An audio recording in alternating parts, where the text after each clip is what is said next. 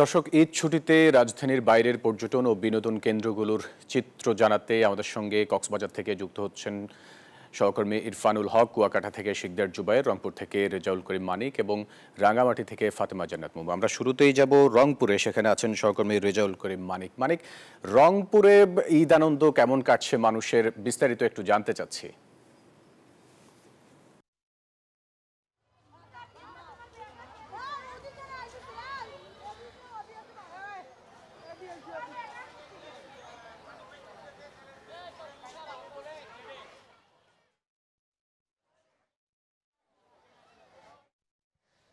ধন্যবাদ আপনাকে। আপনি জানেন যে উত্তরের বৃহৎ বিনোদন কেন্দ্র হচ্ছে রংপুর চিড়িয়াখানা। এই রংপুর চিড়িয়াখানায় আসলে ঈদের প্রথম দিন থেকেই উপচে পড়া ভিড় লক্ষ্য করা যাচ্ছে। আপনি দেখতে পাচ্ছেন যে বিভিন্ন জেলা থেকে, বগুড়া, ঠাকুরগাঁও, দিনাজপুর থেকে, জয়পুরহাট থেকে হাজার হাজার মানুষ কিন্তু এই বিনোদন কেন্দ্রে আসছেন। তাদের একটাই উদ্দেশ্য যে রংপুর অর্থাৎ বিনোদন কেন্দ্রে অর্থাৎ চিড়িয়াখানায় যে 31 প্রজাতির 260টি প্রাণী রয়েছে, এসব প্রাণী কিন্তু তারা দেখতে আসছেন এবং তারা কিন্তু বলছেন যে ঈদের আনন্দ স্বজনদের সাথে ভাগাভাগি করে নিতেই তারা এই চিড়িয়াখানায় আসছেন। আপনি দেখছেন, একজনের সাথে কথা বলতে চাই, একটু আপনার সাথে কথা বলতে চাই। এই যে আপনি রংপুর চিড়িয়াখানায় আসছেন, কি দেখতে আসছেন, কেন আসছেন একটু বলবেন আমাদের? এখানে আসছে, এখানে মনে করেন বাঘ, যেমনটা বলছিলাম, ঈদে ছুটিতে রাজধানীর বাইরে পর্যটন ও বিনোদন কেন্দ্রগুলোতে পর্যটকদের উপচে পড়া ভিড়। আমরা এবারে যেতে চাচ্ছি কুয়াকাটায়, সেখানে আছেন সহকর্মী শিকদার জুবায়ের। কুয়াকাটায় পর্যটকদের ভিড় কেমন দেখছেন, আর আইন শৃঙ্খলা বাহিনী কি বলছে? আইন শৃঙ্খলা বাহিনী কি বলছে, একটু বিস্তারিত জানতে চাচ্ছি আপনার কাছে।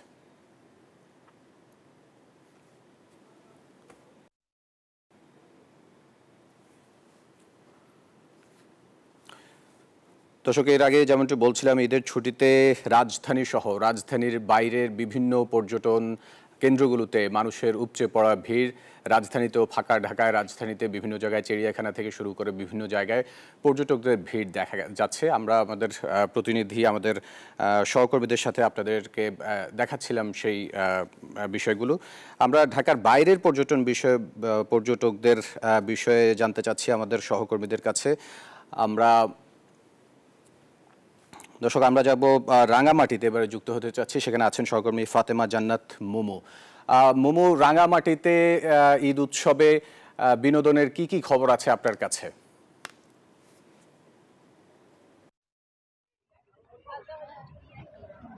ধন্যবাদ আপনাকে। আপনি যেমনটি বলছিলেন, সকাল থেকেই আমরা দেখানোর চেষ্টা করছি পর্যটন কেন্দ্রগুলো সব মুখর পরিবেশ, একদম দূর দূরান্ত থেকে পর্যটক এসেছে এবং স্থানীয়রাও এসেছে। দর্শনার্থীদের ভিড় জমেছে রাঙামাটির এই ঝুলন্ত সেতুতে।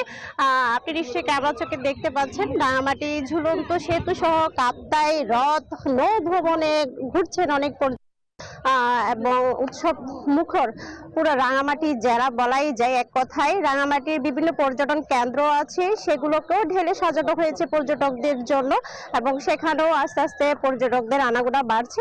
যেহেতু ব্যবসা গরম, এই গরমের মধ্যেও তবুও প্রকৃতিকে উজাড় অনেকেই পরিবার পরিজন নিয়ে ঘুরে বেড়াচ্ছেন রাঙামাটির বিভিন্ন পর্যটন কেন্দ্রে এবং উপভোগ করছেন পাহাড়ের রূপ, বৈচিত্র্য। আর এইসব পর্যটকদেরকে সেবা দেওয়ার জন্য রাঙামাটির জেলা পুলিশ সুপারের পক্ষ থেকেও কিন্তু কড়া নিরাপত্তার ব্যবস্থা করা হয়েছে এবং 4 স্তরের নিরাপত্তা ব্যবস্থা আছে। টহল আছে, সেনা বাহিনীর একটি টহল দল, যাতে এখানকার যারা পর্যটক আছে তারা শান্তিপূর্ণ পরিবেশে নিরাপত্তার চাদরে যেন নিজেদেরকে পর্যটন কেন্দ্রগুলোতে ঘোরাফেরা করতে পারে। রাঙামাটির অনেকগুলো পর্যটন কেন্দ্র আছে। রাঙামাটি আসাম বস্তি সড়ক, Polwel park, DC bungalow park, Rangamati জাদুঘর, বিভিন্ন জায়গায় কিন্তু আমরা দেখেছি উপচে পড়া পর্যটকদের ভিড়। তো থেকে এই ছিল আমার কাছে সর্বশেষ তথ্য। কুয়াকাটা থেকে যুক্ত আছেন আমাদের সহকর্মী শিকদার জুবায়ের। আমরা সরাসরি চলে যাচ্ছি কুয়াকাটায়, তার থেকে জানবো কুয়াকাটার পর্যটন কেন্দ্রের পরিস্থিতির খবর। জুবায়ের। বান্ডেল থাকলে প্রতি সেনমানিতে টাকা বাঁচবে। বিকাশ সেনমানি বান্ডেল কিনে জিতুন প্রতি লেনদেনে। ঈদ মোবারক। কুয়াকাটা সমুদ্র সৈকতে পর্যটকদের পদচারণে মুখরিত রয়েছে। সকাল থেকে এখানে হাজার হাজার পর্যটক ছিল, এখনও কিন্তু পর্যটকদের পদচারণা রয়েছে। ঢেউয়ের সাথে দোল খাচ্ছেন হাজারো পর্যটক।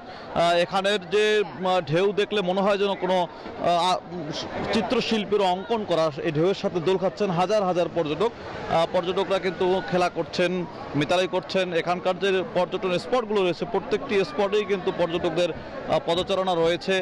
বিশেষ করে ঝাউবাগান, লাল কাঁকড়ার চর সহ প্রত্যেকটি স্পটেই কিন্তু পর্যটক রয়েছে, পর্যটকরা খেলা করছেন। আপনারা কোথা থেকে এসেছেন, কি দেখেছেন? ঢাকা থেকে এসেছি বড় ভাই। কি কি দেখছেন? দেখছি যে মানুষজন অনেক, পরে হোটেল মোটেল পাওয়া যাচ্ছে না, তেমন আর কি, দেখি কি হয়। বাট মানুষ অনেক, এত মানুষ ভাবতে পারিনি এত মানুষ হয়ে যাবে এই অবস্থায়। ধন্যবাদ। কুয়াকাটা সমুদ্র সৈকতে গত দুদিন ধরেই কিন্তু পর্যটকদের পদচারণা রয়েছে। এই মুহূর্তে কিন্তু হাজারো পর্যটক রয়েছে, বিভিন্ন শ্রেণী পেশার মানুষ এখানে এসেছেন। বিশেষ করে শিশু কিশোরদের মিলন মেলায় পরিণত হয়েছে কুয়াকাটা সমুদ্র সৈকত। যেদিকে চোখ যায় সেদিকেই রয়েছে পর্যটকদের সমাগম। বিশেষ করে ট্যুরিস্ট বোটের মাধ্যমে পর্যটকরা এখান থেকে বিভিন্ন স্পটে যাচ্ছেন।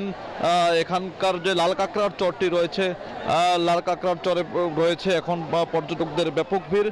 লাল কাঁকড়ার খুনসুটি ছোটাছুটিতে দেখতে ব্যস্ত রয়েছেন পর্যটকরা। কুয়াকাটা সমুদ্র সৈকত থেকে আমার কাছে এতটুকুই ছিল এই মুহূর্তের সবশেষ। আমরা কক্সবাজার সমুদ্র সৈকতের খবর জানতে চলে যাব কক্সবাজারে। সেখানে রয়েছেন সহকর্মী ইরফান। ইরফান, কক্সবাজারের পর্যটক সমাগম কেমন দেখছেন?